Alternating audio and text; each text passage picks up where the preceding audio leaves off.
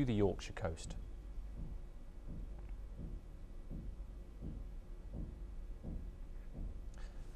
We now move back over to Eastern Europe, where Serbia's capital of Belgrade witnessed its largest anti-government rally in months, as over 140,000 protesters took to the streets demanding early elections and an end to President Alexander Vučić's 12-year rule. Clashes erupted between demonstrators and riot police, with officers using tear gas, pepper spray and stun grenades to disperse crowds. Protesters responded with bottles, eggs and chants of "We want elections," defying an intensifying crackdown by the populist government. The protest, largely student-led, marks a peak in 8 months of nationwide unrest that began after 16 people were killed in the collapse of a newly renovated train station canopy last November, a tragedy blamed many of whom on the deep-rooted corruption. Protesters accuse Vučić's government of corruption, authoritarianism, media suppression and ties to organised crime, all of which his administration denies. Despite rising pressure, Vučić has refused to call early elections, citing a supposed foreign plot to topple his rule. Here's what some of the protesters had to say. Pokažemo da, što kaže predsjednik Vučić, nije pobedio takozvanu obojenu revoluciju, što ovo naravno nije, ali da pokažemo da i dalje postoji taj momentum pobune. Imamo krajnji rezultat se zna, ispunjenje svih zahteva, borimo se za to, pokazujemo još jednom koliko nas ima na nekoj strani koja samo želi pravdu i idemo do kraja, pokazujemo još jednom da nećemo stati, okupljaćemo se koliko god treba, dokle god se zahtjevi ne ispune i na kraju krajeva dokle god se za početak ti izbori ne raspišu, jer...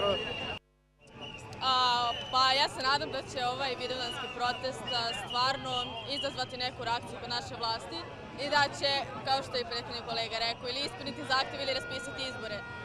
Mi se nadamo ili jednom ili drugom, ali svakako čvrsto verujemo da će ovaj dan biti presudan. Police say dozens were arrested and at least 6 officers were injured in clashes near the president's headquarters, where pro-government loyalists have been camping for months, forming what they call a human shield. Saturday's protests fell on the Vidovdan, or St. Vitus Day, a date of deep national symbolism tied to Serbian resistance and frequently invoked in times of political upheaval. President Vučić, meanwhile, appeared defiant, awarding medals in a televised ceremony and declaring on Instagram, quote, "Serbia always wins in the end." We're now joined by our guest today, Dr. Levi Nadu, who's a political analyst based in Johannesburg, South Africa. Dr. Nadu, thank you very much for joining us on the programme. We've seen these protests going on for months now, ever since this fatal train station roof collapse. What are your thoughts? Why are so many people getting behind this movement in the country of Serbia? Thomas, thank you for having me, and greetings to the viewers at home.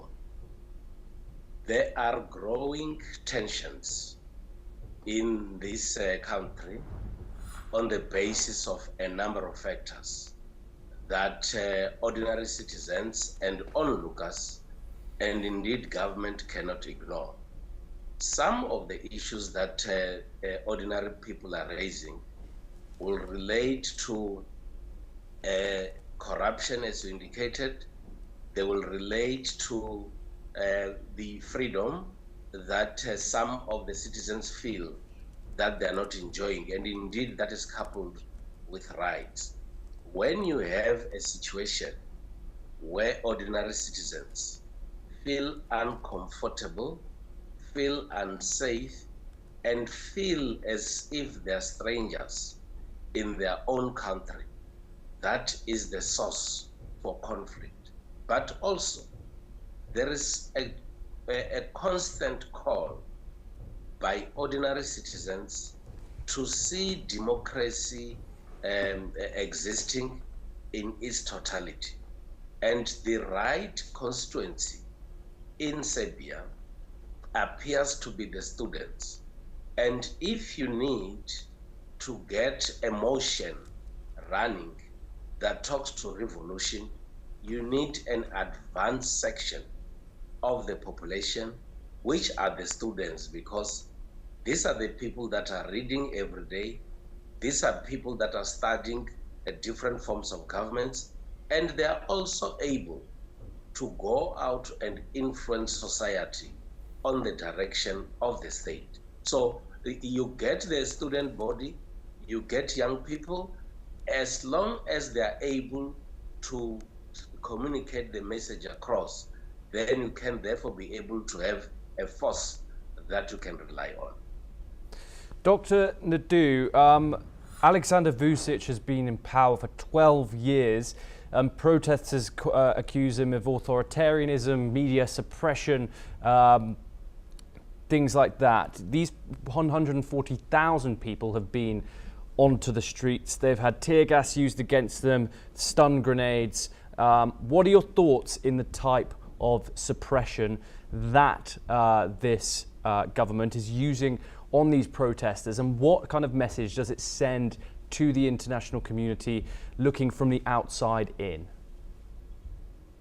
We are living in a global village, and whatever happens in any corner of the country could easily be known everywhere. We are living in a stage where there is sufficient information that people can get at any given time.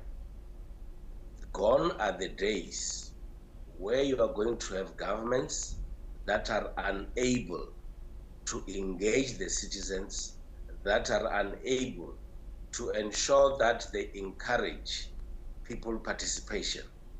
Gone are the days when government is going to suppress the media, suppress people's rights in terms of protests, in terms of airing their views, because this is what citizens see happening in other countries, and they can see that others indeed are able to enjoy their rights and freedom.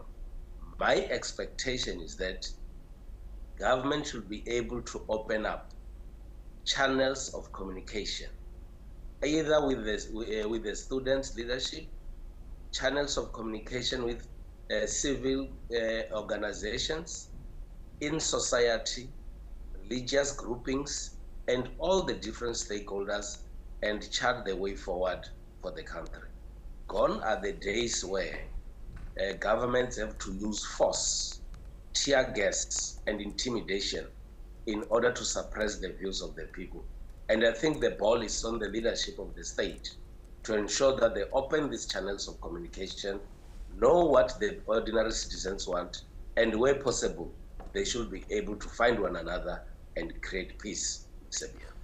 Yes, Dr. Levi Nadu, thank you very much for your insight.